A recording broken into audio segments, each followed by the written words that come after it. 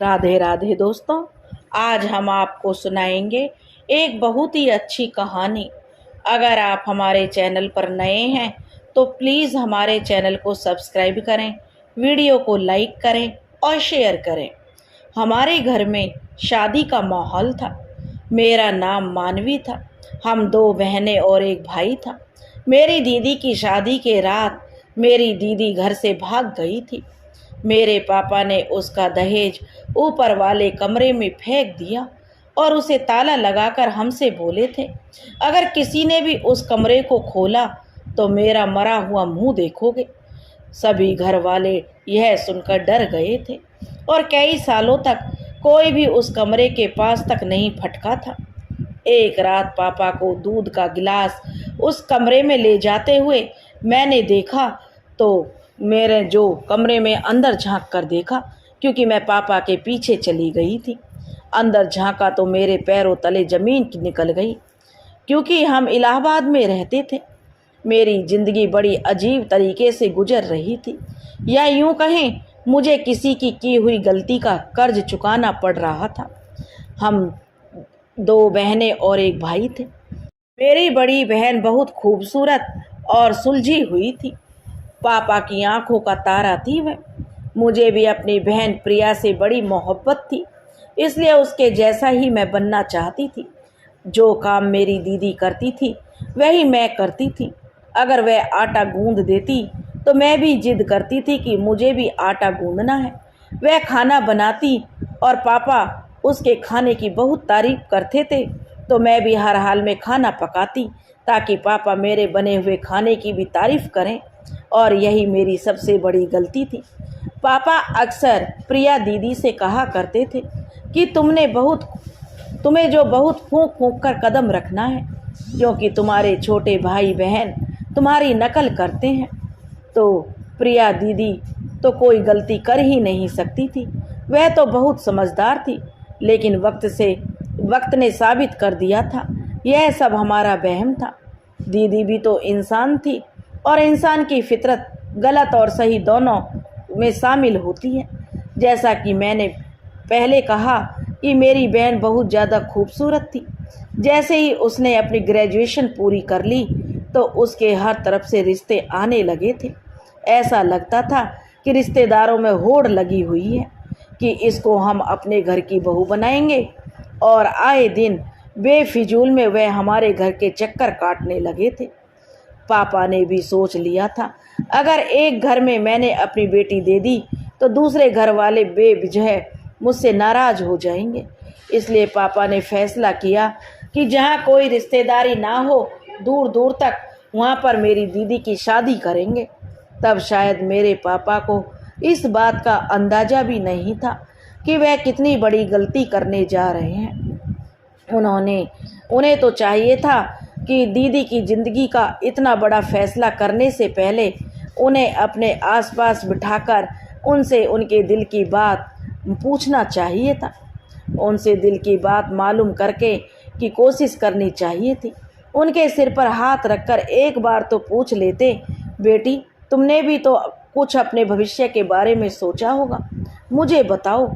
अगर दिल में कुछ है, मुझसे शर्म आती है तो अपनी मम्मी को अपना राज बता दो। मगर पापा ने इस मामले में घर में किसी से भी या किसी भी सदस्य की मर्जी जानने की कोशिश नहीं की थी। उन्होंने बाहर से ही किसी से बातचीत करके दीदी का रिश्ता तय कर लिया था, और बात मर्दों के बीच में शादी का रिश्ता जो पक्का हो गया था। एक दिन पापा ने मम्मी से आकर कहा कि मैंने प्रिया का रिश्ता पक्का कर दिया है और वे बहुत अच्छे लोग हैं, खाते पीते घर के हैं, अमीर घर है, हमारी बच्ची को बहुत खुश रखेंगे। मम्मी बिल्कुल चुप रह गई थी। सिर्फ मम्मी पर ही नहीं, हम पर भी बहुत तेज बिजली सी गिर पड़ी कि हम तीनों भाई बहन एक कमरे में बैठे हुए थे और एक दूसरे की तरफ सवालिया भरी नज़रों से देख रहे थे कि यह ऐसा कैसे हो गया, क्यों हुआ और कैसे हुआ। खैर, मम्मी कहने लगी, देखिए जी, यह कैसे हो सकता है। लेकिन दीदी तो बिल्कुल सोच में पड़ गई थी। अगले दिन मम्मी हम बहनों के कमरे में आई और हमसे कहने लगी, प्रिया अच्छे से तैयार हो जाना, आज तुम्हें लड़के वाले देखने आ रहे हैं।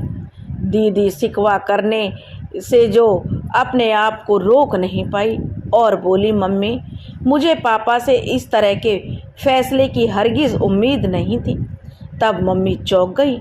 उन्होंने प्रिया का हाथ पकड़ लिया और कहने लगी, मेरी बच्ची बताओ, अगर तुम्हें कोई और पसंद है या किसी ने तुमसे शादी का वादा कर रखा है तो मैं तुम्हें इस बात का यकीन दिलाती हूँ, अगर तुम्हारी पसंद अच्छी हुई तो मैं तुम्हारी शादी उसी जगह करवा दूंगी जहाँ तुम कहोगी।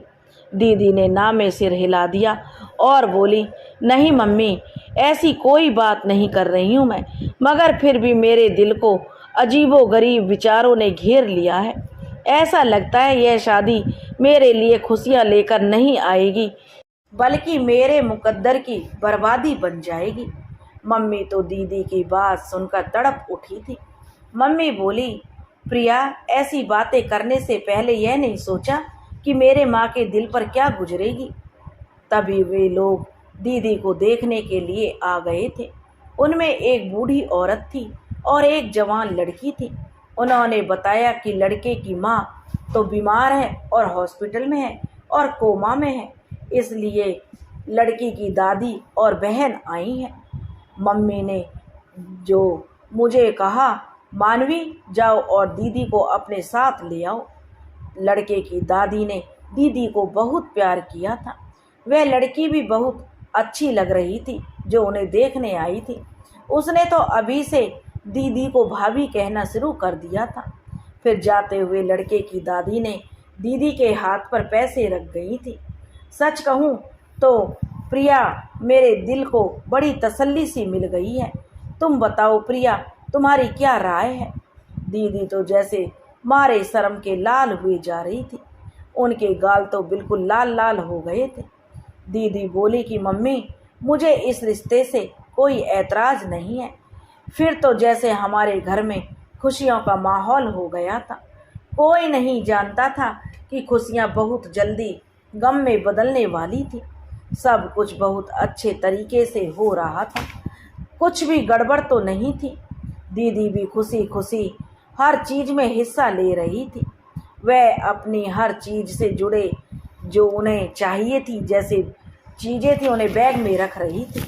अपने जूते भी तो उन्होंने खुद ही पसंद किए थे। सिर्फ इतना ही नहीं, बल्कि बारात के लिए अपनी मर्जी का पार्लर भी खुद ही तय किया था। सब कुछ अच्छा भला था। किसी के दिमाग में यह भी गुमान नहीं था कि दीदी अपने दिल में क्या ठान कर बैठी है। घर वाले सब बहुत खुश थे। मैंने तो एक हफ्ता पहले ही ढोलकी का इंतजाम कर लिया था। मम्मी ने तो मुझे मना किया था कि मानवी, लड़कियों की शादी पर इतने दिन पहले जो ढोलकी नहीं बजाई जाती है, मगर मैं कहाँ मानने वाली थी। ढोलकी की हम लोगों ने बहुत बजाई थी और बहुत जो दीदी के लिए गाने गाए थे और बहुत इंजॉय कर रहे थे। बल्कि अपनी फरमाइश पर अपनी मर्जी के गाने भी हम गवाया करते थे। मुझे तो ऐसा लग रहा था अगर शर्मो हया नहीं आ जाती तो खुद दीदी भी हमारे साथ बैठकर गाने लगती। खैर, वक्त गुजर गया और दीदी की बारात का दिन आ गया। दीदी बहुत महंगे पार्लर से तैयार होकर आई थी। उन्होंने अपना पसंद का लहंगा पहना हुआ था। थोड़ी देर बाद बारात भी आ गई थी। मैंने दूल्हा को देखा तो मेरा तो मुंह खुला का खुला रह गया। दूल्हा तो बहुत ही खूबसूरत और हैंडसम भी था। सोचा जाकर दीदी को बताती हूँ कि आपकी किस्मत में तो शहजादा लिखा है। मैं भागकर अपने कमरे में गई तो वहाँ दीदी नहीं थी। मैं हैरान थी। अभी तो मैं दीदी को यहीं छोड़कर गई थी, अब वह कहाँ चली गई। मैंने उनकी तलाश में मम्मी के कमरे में भी गई, वह भी खाली पड़ा था। मेरी फिक्र अब बहुत ज़्यादा बढ़ गई थी। मैं जल्दी से बाहर आई और अपनी मम्मी को ढूंढने लगी। मेरी मम्मी मेहमानों की खातिरदारी में लगी हुई थी। मैं मम्मी का हाथ पकड़कर एक कोने में ले गई और बोली, मम्मी, प्रिया दीदी अपने कमरे में नहीं है। तो मेरी मम्मी ने कहा, अरे वो यहीं कहीं होगी, और मेरा हाथ झटक दिया और बोली, यहीं कहीं होगी, पीछे हटो, मुझे अभी सब मेहमानों की से मिलने दो। और वे इस अंदाज में बात कर रही थी जैसे उन्हें किसी चीज़ की जो गलत होने का अंदेशा ही ना हो। तब मैं मम्मी का हाथ पकड़कर झंझोड़ कर बोली, मैं बोल रही हूँ मम्मी, मुझे बहुत घबराहट हो रही है। मम्मी फिर चौंक गई और बोली, तुम्हारी घबराहट मैं दूर करूँ? और मम्मी मेरे साथ आ गई। मेरा हाथ पकड़कर मम्मी हमें दीदी के कमरे में ले गई, और एक कमरे से दूसरे कमरे में और दूसरे कमरे से तीसरे कमरे में हम दीदी को ढूंढते रहे, मगर वह नहीं मिली। मम्मी के चेहरे का रंग उड़ गया। तब जयमाला का टाइम हुआ था और जयमाला के लिए शोर होने लगा था। तो पापा कमरे में आए। उनकी आंखें भी लाल सुर्ख हो रही थी। शायद उनके अपनी बेटी की विदाई का गम उन्हें साल रहा था। इतने में ही उनकी चहेती बेटी उनकी इज्जत को तार तार कर गई है। उन्हें तो यह भी पता नहीं था, वह तो अपनी बेटी की विदाई का उन्हें गम हो रहा था। तभी मम्मी ने कहा कि देखो प्रिया बिटिया कहाँ है। पापा कहने लगे, जल्दी करो, प्रिया बिटिया को ले चलो, जयमाला का टाइम हो रहा है। मम्मी रोते हुए पापा से बोली, देखिए जी, प्रिया नहीं मिल रही है। पापा बड़ी हैरानी से मम्मी की तरफ देखने लगे और बोले, क्या मतलब है, प्रिया नहीं मिल रही है, यहीं कहीं होगी। मम्मी रोते हुए बोली, मैंने घर का कोना कोना छान मारा है जी। यह सुनकर तो पापा दिल पर हाथ रखकर दहाड़े मार मार कर रोने लगे और कहने लगे, कमली, अब मेरी इज्जत तो खाक में मिल जाएगी। अब कोई मुझे इस रुसवाई से कौन बचा सकता है? कोई नहीं बचा सकता। मेरी तो बहुत बेइज्जती हो जाएगी, चारों तरफ मेरी रुसवाई होगी। तुम ही बताओ कमली, मैं क्या करूं? लोगों का सामना कैसे करूं? कैसे जाकर बारातियों से कहूं कि बारात वापस ले जाओ, क्योंकि मेरी बेटी ने मेरी इज्जत नीलाम कर दी है। मम्मी भी रोए जा रही थी। फिर मम्मी बोली, देखिए जी, आप बिस्तर पर जाकर लेट जाइए। मैं कोई बहाना बनाती हूँ कि मेरे पति की तबीयत खराब हो गई है। ऐसे में हम अपनी बेटी को विदा नहीं कर सकते हैं। पापा बोले कि कमली, तुम्हें इतना तुम्हारे अंदर हौसला है? मम्मी ने अपने आंसू पोंछे और कहने लगी, आपकी इज्जत बचाने के लिए मैं कुछ भी कर सकती हूँ। तब पापा चीख कर बोले, काश कमली तुमने लड़कियों को अच्छी शिक्षा दी होती। मम्मी ने सबके सामने जाकर फिर कह दिया था कि देखिए जी, मेरे पति को दिल का दौरा पड़ गया है। ऐसे में हम अपनी बेटी को विदा नहीं कर सकते। आप लोगों की बड़ी मेहरबानी होगी, आज आप लोग बारात वापस ले जाएं और फिर किसी दिन अपनी अमानत को फेरे डलवा कर सादगी से घर ले जाना। हर तरफ बातें बनने लगी थी कि मम्मी ने तो खुद को कमरे में बंद कर लिया था। लोग तरह तरह की बातें कर रहे थे और हमारे पास उनका जवाब नहीं था। इसलिए हम सब एक ही कमरे में दुबके हुए बैठे थे। हमने कभी सोचा भी नहीं था कि प्रिया दीदी के हाथों ऐसी बुराई हमें सहनी पड़ेगी। मम्मी बोली थी, देखिए जी, इस तरह आपकी तबीयत खराब हो जाएगी। बच्चों तुम्हारी मदद करेंगे। पापा बोले, तुम तो बात ही मत करो कमली, तुम्हें मेरी इतनी फिक्र होती तो अपनी बेटियों को लगाम डालकर रख दी। मम्मी बेचारी बहुत शर्मिंदा हुई जा रही थी। पापा ने सारा दहेज का सामान छत वाले कमरे में फेंक दिया था और उसका ताला लगा दिया था और बोल दिया था कि कोई भी इधर नहीं जाएगा, और अगर जाएगा तो मेरा मरा हुआ मुंह देखेगा। उसके बाद हमारे घर में एक अजीब सी सूरत हाल थी। हर दफ़ा हम एक दूसरे से नज़रें चुराने पर मजबूर थे। पापा भी हम सब से छुप छुप कर रोते थे।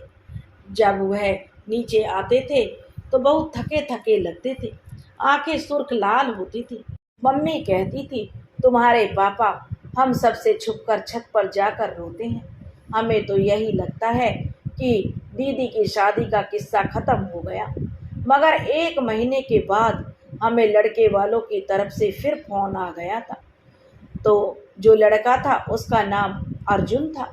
उसकी दादी मम्मी से कहने लगी थी, देखिए, इतना महीने हमने आपसे कोई बात नहीं की क्योंकि हम आपसे नाराज़ थे।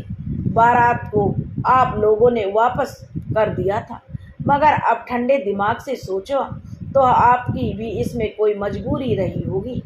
यह भी हो सकता है आपकी बड़ी बेटी ने रिश्ता करने से इनकार कर दिया हो और विवाह के लिए मना कर दिया हो, और आपने अपनी इज्जत बचाने के लिए जो वे अपने पति की बीमारी का बहाना बना लिया होगा।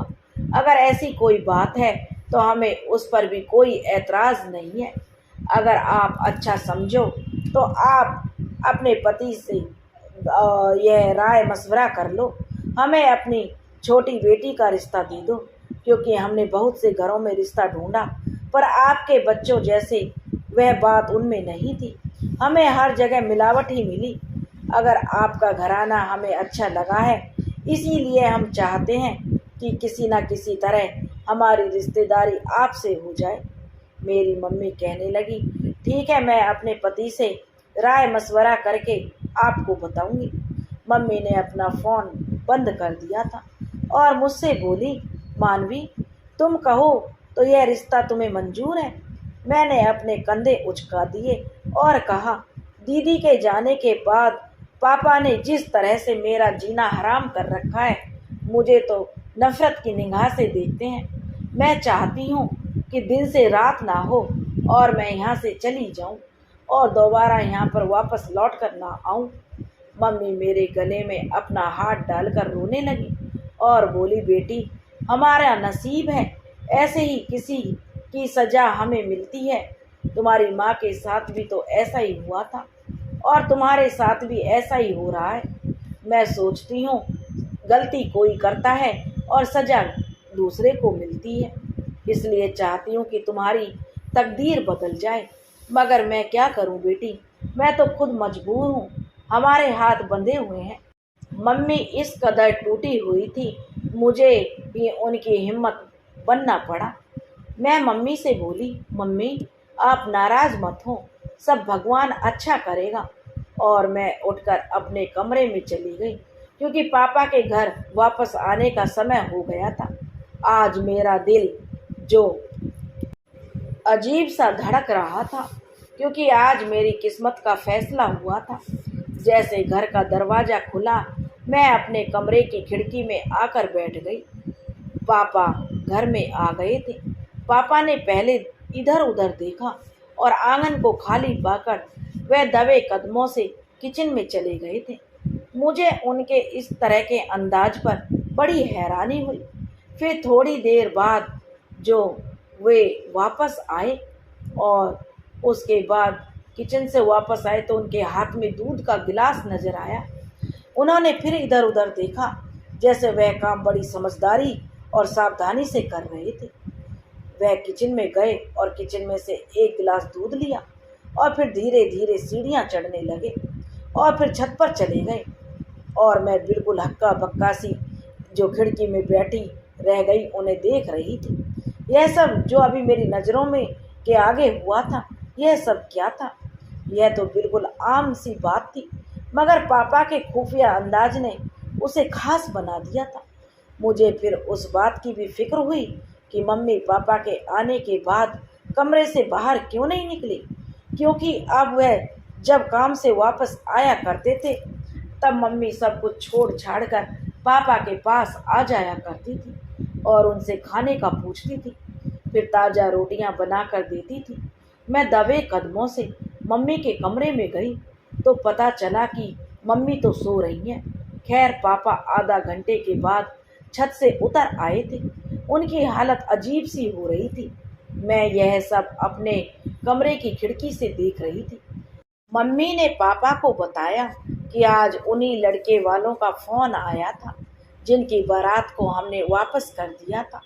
वे अब हमारी छोटी बेटी का हाथ मांग रहे हैं। वे कहने लगे, अगर आप हमें अपनी बड़ी बेटी का रिश्ता नहीं दे सकते थे तो अब हमें अपनी छोटी बेटी का रिश्ता दे दें। मेरे पापा खाना खाते हुए उसी वक्त उठ गए और खाने की थाली को फेंक दिया और गुस्से में दहाड़ मारकर बोले, उनसे कहना कि मेरी बेटी के नसीब में अभी इतने खराब दिन नहीं आए हैं जो तुम जैसे बेगैरत लोगों को रिश्ता दे दें। जहाँ मैं यह सुनकर चौंक गई, वहीं मम्मी भी दंग रह गई थी। मम्मी बोली, जी आपकी इस बात के क्या मतलब है जो आप ऐसा बोल रहे हैं? मेरे पापा बोले, क्या क्या कुछ नहीं। मम्मी बोली, बताइए ना, क्या वे लोग अच्छे नहीं हैं? पापा ने ना में सिर हिला दिया और कहने लगे, आज के बाद अगर उनका फोन भी आए तो मत उठाना। तब मेरी मम्मी बड़े गुस्से में बोली, अजी आपको तो अपनी अकल पर बड़ा गुमान था, आप तो बड़े समझदार थे। आप तो कहते थे औरतें कम अकल की होती हैं, फिर आपसे इतनी बड़ी भूल कैसे हो गई? आप कैसे मेरी प्रिया का रिश्ता ऐसे लोगों में दे रहे थे जो बुरे थे? पापा ने इधर उधर दरवाजे को धक्का मारा और घर से बाहर निकल गए। मम्मी फूट फूट कर रोने लगी और बोली, अगर मेरी मानते तो यह दिन नहीं देखना पड़ता। इन्होंने आज तक मेरी नहीं मानी और मेरी भी ज़िंदगी खराब कर दी। अब मैं तुम्हें क्या बोलूं? वह जितनी देर घर में होते मैं अपने कमरे से नहीं निकलती थी। जब मम्मी तो हर वक्त जो प्रिया दीदी के गम में डूबी रहती थी। भाई स्कूल से ट्यूशन और ट्यूशन से फिर क्रिकेट खेलने चला जाता था। वह रात देर घर से लौटता था। ऐसा लगता था जैसे वह भी घर के माहौल से भागना चाहता था। अब अक्सर पापा को मैंने छत पर दूध ले जाते हुए देखा था। मैं समझ नहीं पा रही थी कि वे दूध का गिलास छत पर क्यों ले जाया करते थे। अब मैं हर वक्त इसी बात से परेशान रहने लगी। इस वजह से मुझे नींद भी नहीं आती थी। मैं सारा दिन प्रिया दीदी को याद करके रोने लगी थी, और क्योंकि प्रिया दीदी मेरी बहुत अच्छी दोस्त भी थी। काश वह इतना गलत कदम नहीं उठाती। रात बहुत गहरी हो चुकी थी। आसपास के जो कुत्तों के भौंकने की आवाज़ आ रही थी। मैं उठकर अपने कमरे की खिड़की में बैठ गई। तब मुझे कोई अजीब सा महसूस हुआ, जैसे कोई हमारे आंगन में घूम रहा हो। मैंने गौर किया तो वह कोई और नहीं, मेरा बाप था। मैं चौंक गई। पापा के अंदर से ऐसा लग रहा था जैसे आज वह बहुत मजबूर हों। मुझे भी आज उन पर तरस आने लगा था। लेकिन पापा फिर से छत पर जाने लगे थे और वह कमरा जो पापा ने दीदी के दहेज से भर रखा था वह भी खुला हुआ था और उसमें से भी रोशनी आ रही थी। मैं भी पापा के पीछे पीछे चुपके चुपके उनके पीछे आ गई थी। देखना चाहती थी आखिर माजरा क्या है। और दरवाज़ा खुला था तो इसलिए मैं यह देखकर अंदर का मंजर देखने लगी। अंदर तो दीदी बैठी हुई थी। मैं यह देखकर थर थर कांपने लगी थी। पापा दीदी को निवाला बनाकर उसके मुंह में डाल रहे थे, क्योंकि वे उसे खाना खिलाना चाहते थे। दोनों चुप थे, मगर उनकी आंखों में आंसू बह रहे थे। और यह सब क्या हो रहा था मेरी समझ से बाहर था और मुझे बड़ी घबराहट हो रही थी। फिर बड़ी देर के बाद पापा ने बोला, देखो प्रिया, तुम मेरी बड़ी बेटी नहीं हो। और जो दीदी एकदम से पापा पर चिल्ला पड़ी और कहने लगी, इसीलिए आप ऐसा मेरा साथ कर रहे हैं कि मैं आपकी औलाद नहीं हूँ। क्या आप यह घिनौनी हरकत जो मानवी के साथ कर सकते थे? पापा जल्दी से बोले, प्रिया, मैं तुमसे बहुत प्यार करता हूँ, मगर तुम यह जानती हो कि यह सब मैं कभी भी मानवी के साथ नहीं कर सकता था। तो प्रिया दीदी रोने लगी थी। वह बोली, मुझे वजह जाननी है, आपने मुझे इस कमरे में बंद क्यों कर रखा है? तो पापा बोले, सुनो, आज मेरे पास बहुत वक्त है। मैं तुम्हें वैसे भी, तुम तो सारा दिन बेहोश हो जाती हो, मगर यह जो ये मानवी है ना, उसकी वजह से मैं कभी भी ज़्यादा देर छत पर नहीं रह पाता, क्योंकि मुझे डर है कि कहीं उसे मुझ पर शक ना हो जाए। रात के इस पहर में सब सो रहे हैं, इसलिए आज मैं तुम्हें सब कुछ बताता हूँ। प्रिया दीदी से वो कहने लगे, सुनो प्रिया, हम 2 भाई बहन थे। एक मैं और एक मुझसे बड़ी बहन, जो मुझसे पूरे 7 बरस बड़ी थी, इसलिए उसकी शादी पहले हो गई थी। दीदी की शादी के बाद हमारे घर में बहुत खामोशी छा गई थी, इसलिए तय किया गया था कि अब मेरी शादी जल्दी करेंगे। उन्होंने मेरे लिए, परिवार वालों, जो मेरे माता पिता थे, उन्होंने मेरे लिए कमली को पसंद कर लिया और हमारा रिश्ता तय हो गया था। उन्हीं दिनों में हम पर कयामत टूट पड़ी थी, क्योंकि दीदी, जो मेरी दीदी थी, वो विधवा होकर घर आ गई थी। और दीदी अकेली नहीं थी, बल्कि उनकी गोद में 4-5 महीने की बच्ची थी। उन्हें ना अपनी फिक्र थी और ना ही अपनी बच्ची की। वो तो किस सोच में रहती थी, उन्हें बहुत गहरा सदमा लगा था। मेरी माँ भी बूढ़ी हो चुकी थी, इसलिए वह भी उस बच्ची को संभाल नहीं सकती थी। कमली ने तुम्हें हाथों हाथ लिया और तुम पर इतना प्यार नछोवर किया कि वह भूल ही गई कि तुम उसकी बेटी नहीं, भांजी हो। तुम जब बोलने लगी तो तुम कमली को मम्मी ही कहती थी, मामी नहीं कहती थी, और अपनी सगी मम्मी को बुआ कहती थी। हालात कुछ संभले तो तुम्हारी मम्मी का रिश्ता हम ढूंढने लगे थे। दीदी ने एक लड़के का नाम खुद ही लिया था और मेरी शादी उस लड़के से करवा दो। पापा ने मेरी ड्यूटी लगा दी थी कि तुम उस लड़के के बारे में खोजबीन करके मुझे बताओ कि वह लड़का कैसा है। जब मैंने पता किया तो वह लड़का फ्रॉड निकला था, मगर जब मैंने यह बात घर वालों को बताई तो यह बात तुम्हारी मम्मी नहीं मानी और वह उस लड़के के साथ भाग गई थी। मुझे इस बात का ख्याल आता कि तुम कहीं अपनी मम्मी के नक्शे कदम पर तो नहीं निकलोगी, नहीं तो मेरा जीना तो हराम हो जाएगा। इसलिए मैंने जल्दी जल्दी तुम्हारा रिश्ता ढूंढा और तुम्हारी शादी तय कर डाली। जब लड़के की माँ कोमा में थी, जब हमने रिश्ता तय किया था, उसकी दादी और बहन तो मौजूद थीं और मैंने सोचा था चलो कोई बात नहीं, यह शादी जल्दी हो जाएगी। पता है फिर क्या हुआ? जिस दिन तुम्हारी बारात में लड़के की मम्मी ठीक होकर बारात में आ गई थी, और तुम जानती हो वह औरत कौन थी? लड़के की माँ मेरी दीदी और तुम्हारी असली माँ थी, यानी वह लड़का असल में तुम्हारा भाई था। मैं यह सब देखकर बहुत परेशान हो गया, इसलिए तुमसे कहा कि तुम छत पर आकर मेरी बात सुनो, और फिर मैंने तुम्हें छत वाले कमरे में बंद कर दिया। मैंने सोचा था सुबह तक कमली को सारी सच्चाई बता दूंगा। फिर ख्याल आया कि मैंने तुम्हारी माँ की शादी नहीं होने दी थी और वह घर छोड़कर भाग गई थी। अब तुम्हारी शादी भी नहीं हो सकती थी। मुझे डर था कि कहीं तुम भी अपनी माँ की तरह घर से भाग गई, तो इसलिए मैंने तुम्हें यहाँ पर बंद करके रखा और अपनी बहन की बेटी को कैद करके मैंने इसलिए रखा कि मैंने तुम्हें अपनी औलाद की तरह प्यार करता हूँ। जिस दिन से मैंने तुम्हें कैद कर रखा है, मैंने जो मानवी को भी मैंने इस बात के लिए नहीं छोड़ा, उस पर भी मैंने बहुत सख्ती दिखाई है। प्रिया दीदी जैसे एकदम से होश में आई। वह बोली, अगर अब मैं घर से भाग जाती भी तो आपकी इज्जत तो खाक में मिल जाती, मगर आपने तो मुझे यहाँ बंद करके अपनी इज्जत को खाक में खुद ही मिला लिया। वे लोग तो बातें बनाते ही होंगे। प्रिया दीदी घर से भाग गई है, तभी तो बारात वापस लौट गई। अभी वे दोनों बातें कर ही रहे थे कि मंदिर में आरती की घंटी बजने लगी थी और पापा बोले थे, प्रिया बेटी मुझे माफ़ कर देना, अब मैं जा रहा हूँ, हो सकता है किसी की आँख खुल जाए। मैं जल्दी से आगे बढ़ी और बोली, अब मैं और जुल्म पापा अपनी दीदी पर नहीं होने दूंगी।